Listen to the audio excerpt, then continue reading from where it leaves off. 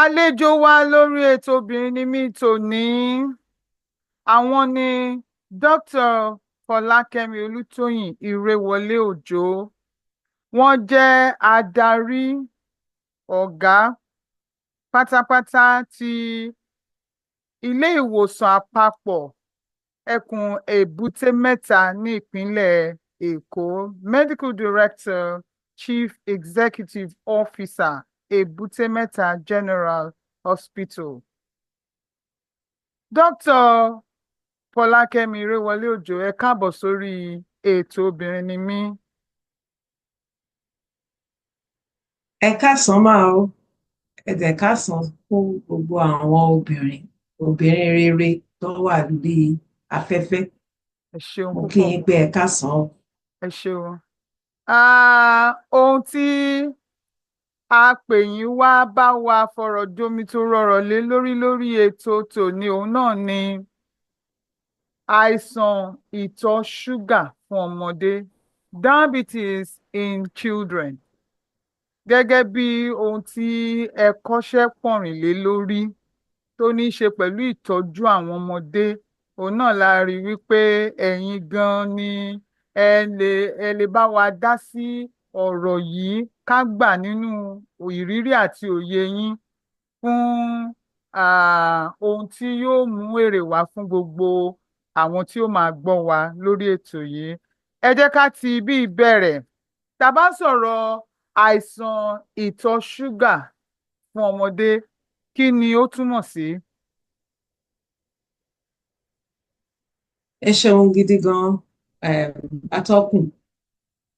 Ìtọ̀ ṣúgà nínú ọmọdé ó jẹ́ àìsàn ìtọ̀ ṣúgà tó ń ṣẹlẹ̀ nínú ọmọdé. A tún máa ń pè ní type 1 diabetes. A sì tún máa ń pè ní insulin dependent diabetes. Ìtumọ̀ ẹ̀ ni pé tọmọ ìfẹ́ ní kẹ́ bá àìsàn ṣàlàyé ìtọ̀ náà ṣúgà ó pín sí méjì, type 1 àti type 2. Type 1 àti type 2 tí ọmọdé ó jẹ́ ohun tá à ń pè ní type 1 diabetes. A dẹ̀ tún ń pè ní insulin dependent, bíi pé wọ́n máa ń depend lórí insulin, so à ń pè ní insulin dependent diabetes mellitus. Ẹ ṣeun ma.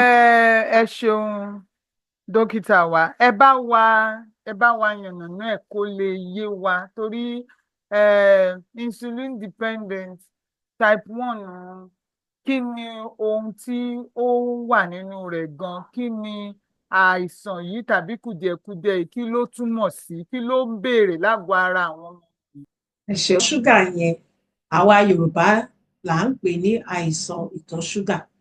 Ohun tó wà nínú ẹ̀ ni pé àìsàn yẹn ẹ̀jẹ̀ gangan ni ó ní ṣúgà. Ṣúgà ó high nínú ẹ̀jẹ̀.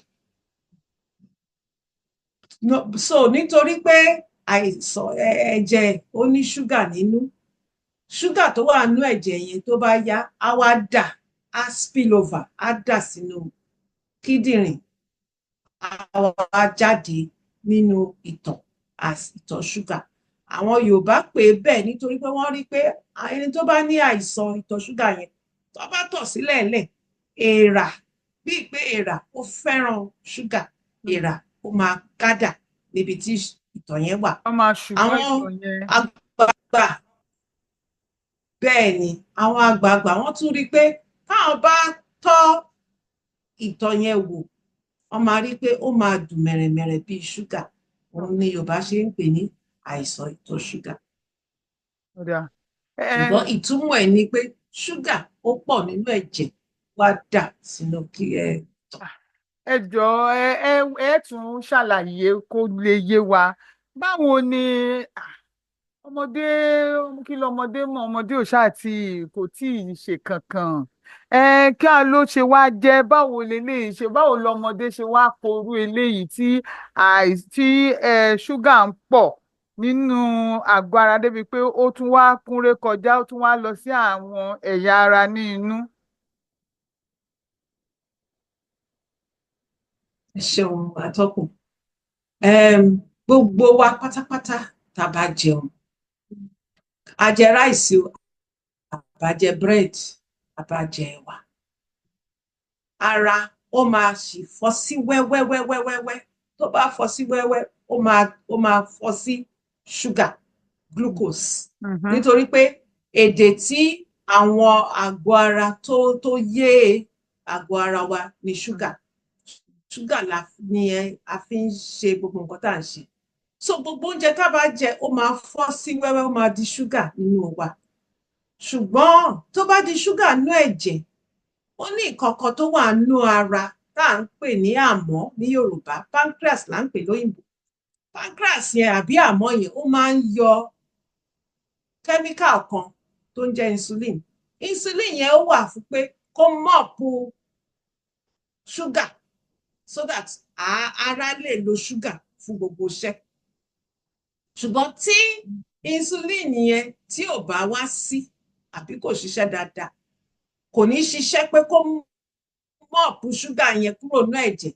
Ṣúgà yẹn ó máa wá dárugún sínú ẹ̀jẹ̀. Tó bá wá dárugún sínú ẹ̀jẹ̀, ó di dandan pé a máa ṣẹ́ káàkiri, a ṣẹ́ sítọ̀, a ṣẹ́ sínú kíndìnrín, a ṣẹ́ sínú ìtọ̀.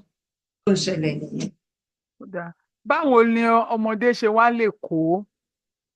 Torí tá a bá ń sọ pé àwọn àgbà á sọ wípé àlàyé oríṣiríṣi fún bóyá nípa ìgbé ayé tí wọ́n ń gbé, oúnjẹ tí wọ́n ń jẹ àti onírúurú àlàyé báyẹn. Ṣùgbọ́n fún ọmọdé, báwo ni, kí ni ó ń ṣe okùnfà àìsàn yìí fún àwọn ọmọdé? Ẹ ṣeun atọ́kùn. Àwọn ọmọdé tó bá ní àìsàn yìí, àwọn nǹkan méjì àbí mẹ́ta ló fà á. Ẹ ṣe àwò. Ìkíní pé ó wà nínú bẹ́ẹ̀ni. Ìkíní pé nǹkan tá à ń pè ní genetics. Wọ́n bímọ ni, bó ṣe bí nìyẹn. Wọ́n bí, ó wá jẹ́ pé ohun tó sọ tó jẹ́ insulin yẹn kò tó. Tó bá wá yá, á tún máa insulin yẹn á máa kéré sínú ara. Tó bá wá yá, kò tiẹ̀ wá ní sí mọ́. Ló ṣe jẹ́ pé àwọn kan tó bá ti di age 5, 6, 7 sókè, wọ́n máa ní diabetes yẹn. Nítorí insulin yẹn ó máa tọ́nu ara wọn, ó máa tán pátápátá. Ìyẹn ó wà nínú ẹ̀jẹ̀ wọn. Wọ́n bí wọn bẹ́ẹ̀ ni. Ìkejì ni pé àwọn kan wọ́n bí mọ́ wọn ni. Ìkejì ni pé nǹkan tá à ń pè ní environmental. Ṣé mọ̀ pé àìsàn oríṣiríṣi ó wà ní atẹ́gùn? Ó ní àìsàn kan tó ń sọ pé ó jẹ́ viral infection. Àwọn viruses téèyàn ò lè fojú rí. Kòkòrò táwọn ọmọdé yẹn tó bá ti lọ ní viral infection, kòkòrò virus, bẹ́ẹ̀ ni, tó bá yá, wọ́n máa rí i pé insulin yẹn ó máa tọ́nu ara wọn. Wọ́n máa wá ní ṣúgà ní ẹ̀jẹ̀. Tó bá dẹ̀ wá pọ̀, á di ìtọ̀ ṣúgà. Ó dáa, ẹ ṣeun púpọ̀ púpọ̀. Bí ẹ bá ṣe ń darapọ̀ mọ́ wa, Obìrin ni mí ni ètò tí ẹ̀ ń gbọ́ báyìí lórí rédíò Ìró Ìdùnnú. Àlejò wa lórí ètò tòní, oníṣègùn òyìnbó ni wọ́n, onímọ̀ ìjìnlẹ̀ nípa àbójútó àìsàn àwọn ọmọdé táwọn eléèbó ń pè ní pediatrician ni wọ́n. Wọ́n dẹ̀ jẹ́ adarí ní ilé ìwòsàn àpapọ̀ ti ẹkùn Èbúté Mẹ́ta ní ìpínlẹ̀ Èkó. Dókítà Fọlákẹ Iréwọlé-Òjó, àwọn ni a gbé wá sórí ètò tòní. Kí là ń sọ̀rọ̀ rẹ̀ ní àìsàn ìtọ̀ ṣúgà nínú àwọn ọmọdé, diabetes in children. Kí ni ohun tó ń fa àìsàn yìí gan-an? Lákọ̀ọ́kọ́, kí láìsàn yìí jẹ́? Iṣẹ́ wo ló ń ṣe lágọ̀ọ́ ara? Kí ni ohun tó ń fà á? Òun ni dókítà ti ń bá wa sọ láti ìgbà tá a ti gorí afẹ́fẹ́ tá à ń fi ọ̀rọ̀ wá wọn lẹ́nu wò. Obìrin ni mí ni ètò tí ọpọ́n sún kàn tí ẹ̀ ń gbọ́ báyìí lórí rédíò Ìró Ìdùnnú. Kí a tó lọ sí ọjà, mo ṣàlàyé fún wa wípé ohun tá à ń sọ̀rọ̀ nípa rẹ̀ ó ní àìsàn ìtọ̀ ṣúgà fún àwọn ọmọdé.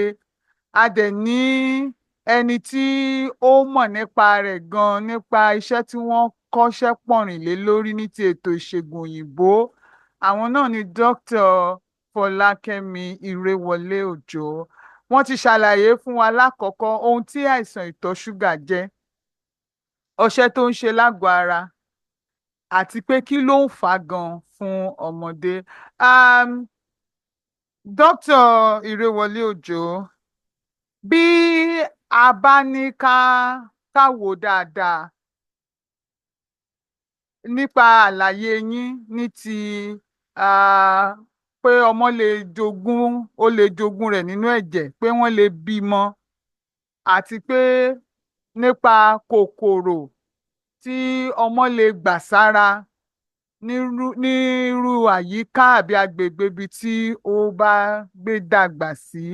Àwọn nǹkan méjì gbòógì tẹ́ni ó ń fa sábàbí àìsàn yìí fún àwọn ọmọdé rèé. Ó dáná tí a bá tún wá ní ká wò ó dáradára. Kí ni àwọn ohun tí òbí láti máa kíyèsí tó lè jẹ́ àmì ìtanilólobó pé ẹ kíyèsí ọmọdé yìí o, àìsàn ìtọ̀ ṣúgà rèé nínú àgọ́ ara rẹ̀? Kí ni àwọn àmì táwọn eléèbó ń pè ní symptoms?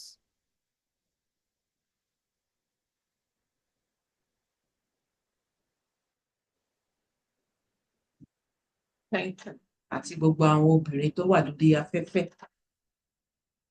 Àwọn symptoms, àwọn nǹkan tí ó máa show bí àmì pé ó likely pé ọmọ yẹn ó ní àìsàn yẹn ni pé, ìkíní, wọ́n á rí i pé ọmọ yẹn ó ń momi púpọ̀, á máa béèrè omi omi omi, ìyẹn ìkíní.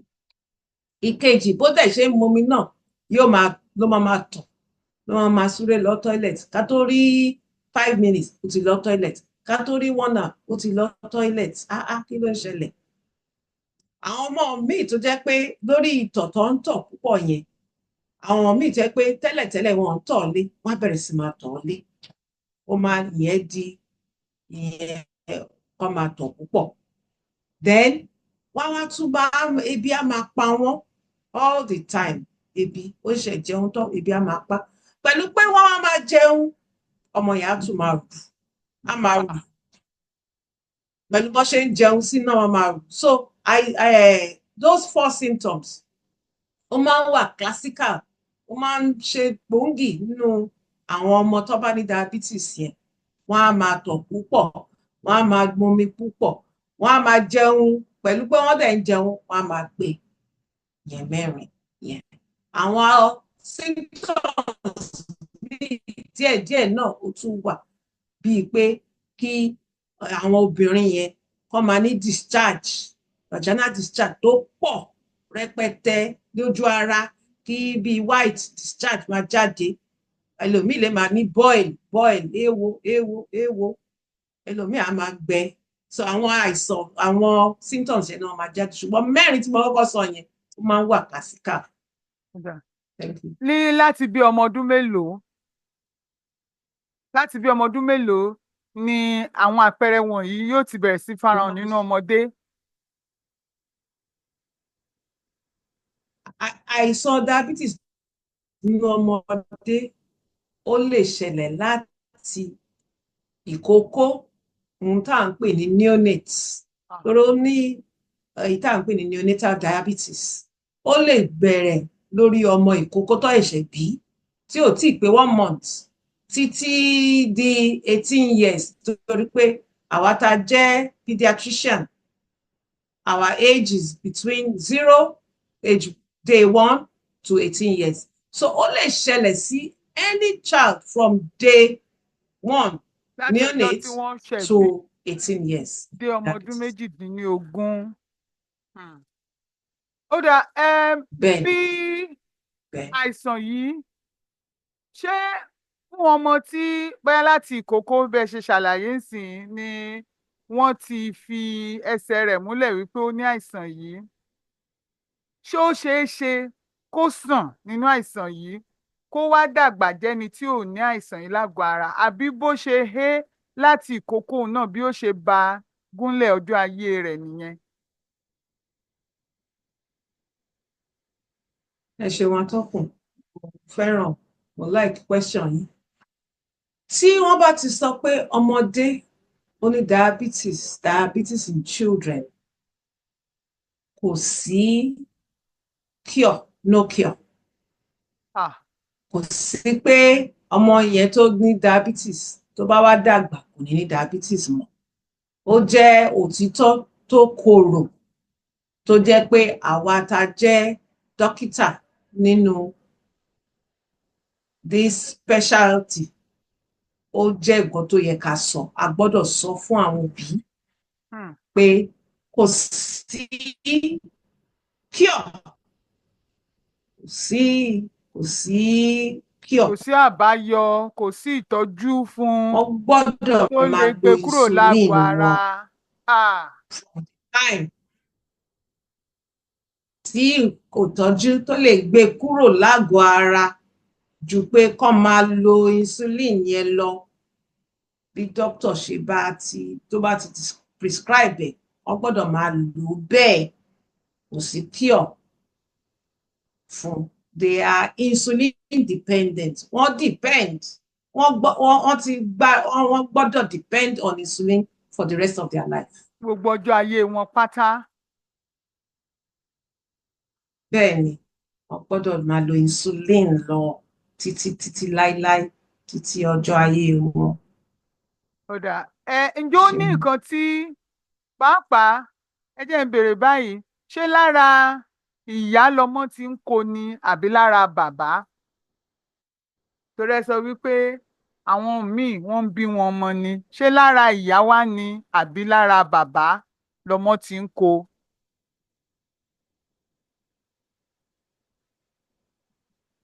Kò sí pé ara ìyá nìkan náà, kò dẹ̀ sí pé ara bàbá náà ní. Béèrè lọ́wọ́ wọn pé ǹjẹ́ anybody wà tó ní àìsàn ṣúgà yìí, ìtọ̀ ṣúgà yìí nínú fámìlì? Ìmíì á sọ pé ó wà nínú ẹbí bàbá, ẹlòmíì á dẹ̀ sọ pé ó wà nínú ẹbí ìyá, ẹlòmíì á dẹ̀ wá sọ pé kò sí irú ẹ̀ rárá nínú gbogbo fámìlì wọn. Pé òun ọmọ yẹn ni the first person tó máa ṣe ní gbogbo fámìlì wọn.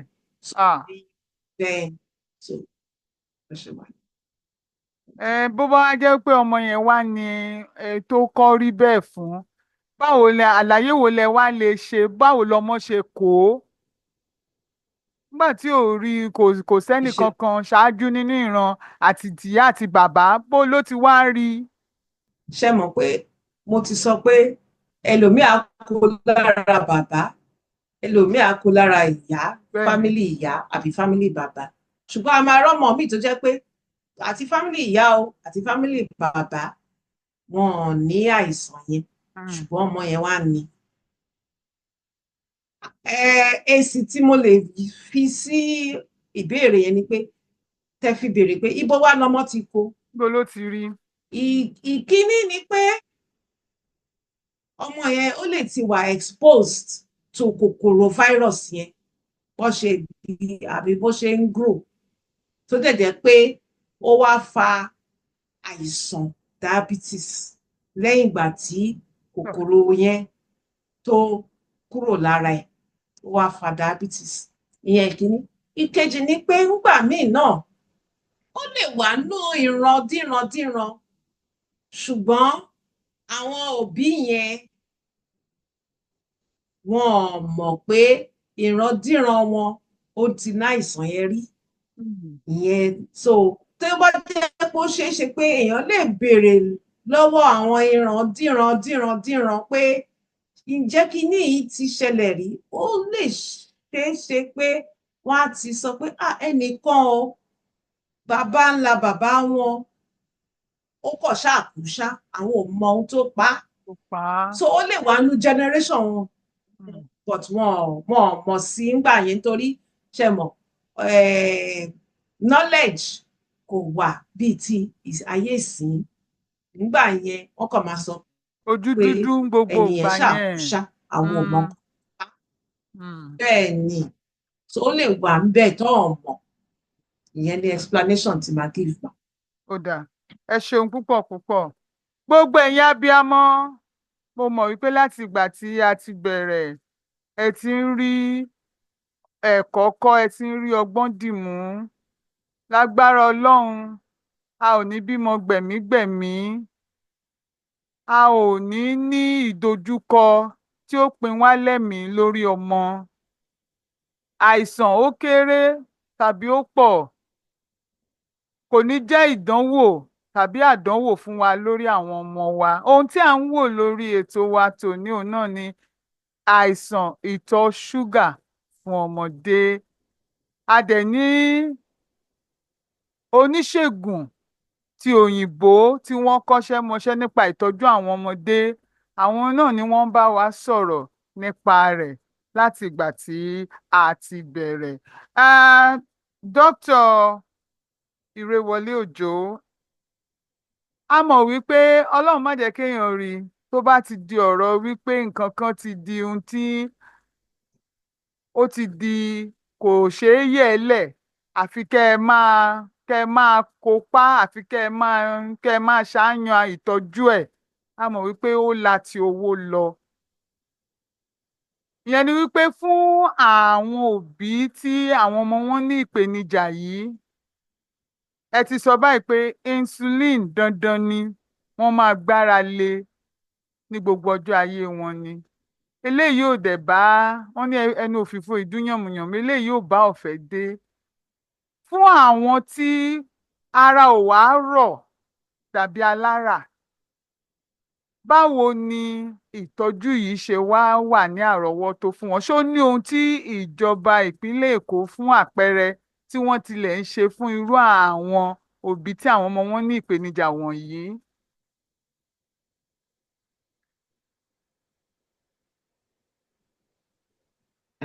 Ẹ ṣeun atọ́kùn, mo dúpẹ́ fún ìbéèrè tẹ́ béèrè yìí. Ẹ ṣé ìyá wa. A sì dúpẹ́ lọ́wọ́ àwọn Lagos State. Ohun tí màá kọ́kọ́ sọ ni pé wípé a tiẹ̀ ní àwọn diabetes center nínú ìpínlẹ̀ Èkó. A dúpẹ́ nítorí pé diabetes center tó jẹ́ tìjọba tọmọdé, diabetes center for children, ó pé 3 ní Èkó yìí. Ti federal ni èyí tó wà ní LUF, ìyẹn ni federal lẹ́kọ̀ọ́ yìí, tí Àràbà diabetes center wà ńbẹ̀.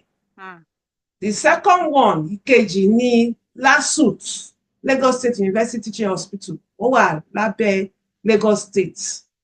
The third center ní Mercy Street Children's Hospital, ìyẹn náà wà ní Lagos State. Àwọn center mẹ́ta yẹn wọ́n ń tọ́jú àwọn tó bá ní diabetes nínú ọmọdé. Depending on ibi tí èèyàn bá ń gbé, ẹ lè lọ sí the center tó bá súnmọ́ yín fún ìtọ́jú, either federal àbí state. So pé àwọn center yẹn wà ńbẹ̀ táwọn government then finance, a fẹ́ dúpẹ́ lọ́wọ́ àwọn government. Ṣùgbọ́n màá wá tún gbé ẹsẹ̀ kejì lórí ọ̀rọ̀ question tẹ́ béèrè ni pé àwọn insulin yẹn, àwa ní àwọn ọkọ̀ tó ń pè ní non-governmental organization. Àwọn yẹn wọ́n tún máa ń supply insulin fún àwọn centers yẹn, àwọn centers mẹ́tẹ̀ẹ̀ta yẹn. So àwọn tó bá jẹ́ pé ó lóbìí tí ọmọ ó ní àìsàn yẹn, à á ní kí àwọn òbí yẹn kó mú àwọn ọmọ yẹn lọ sí center, either ti federal tó jẹ́ LUF àbí ti Lagos State. Ìkíní ni LASUT, Lagos State University Teaching Hospital, Children Department, àbí Mercy Street Children Hospital, Children Department. Ẹ ṣeun. Ṣeun púpọ̀ púpọ̀. Ó dáa, a ti ń kásẹ̀ ètò yìí ńlẹ̀. Mo mọ̀ wípé ẹ ó ní ọ̀rọ̀ àkótán tẹ́ ó fẹ́ sọ láti gba àwọn òbí níyànjú nípa bàbá rí èyí tó jẹ́ wípé wọ́n mọ̀ ọmọ tí ó ní ìpèníjà yìí, bí wọ́n ṣe lè gbé kà, bí wọ́n ṣe lè ṣe láti má páyà. A fẹ́ gbọ́ eléyìí lẹ́nu yín kí ẹ ṣe a tó máa lọ. ẹ ṣeun atọ́kùn, mo sì dúpẹ́ lọ́wọ́ gbogbo àwọn obìnrin rere tó wà lórí afẹ́fẹ́. Ẹ ṣeun ìyá mo wa. fẹ́ kẹ́ sọ fún gbogbo àwọn òbí tẹ́ bá mọ̀, àbí bóyá ẹ jẹ́ tíṣà ní school tó jẹ́ pé ẹ mọ̀ pé ọmọdé ẹ ní ọmọ nínú school tó jẹ́ pé ó ní diabetes, ẹ bá mi sọ fún àwọn òbí wọn wípé ohun tí ó jẹ́ ta máa ń sọ àwa doctor nínú specialty ni pé every child with diabetes must survive. Gbogbo ọmọ tó bá ní àìsàn There is ìtọ̀ hope. ṣúgà ó ní ẹ̀tọ́ àti wà láyé wà láàyè. ẹ ṣeun atọ́kùn fún Yorùbá tẹ́ sọ yẹn.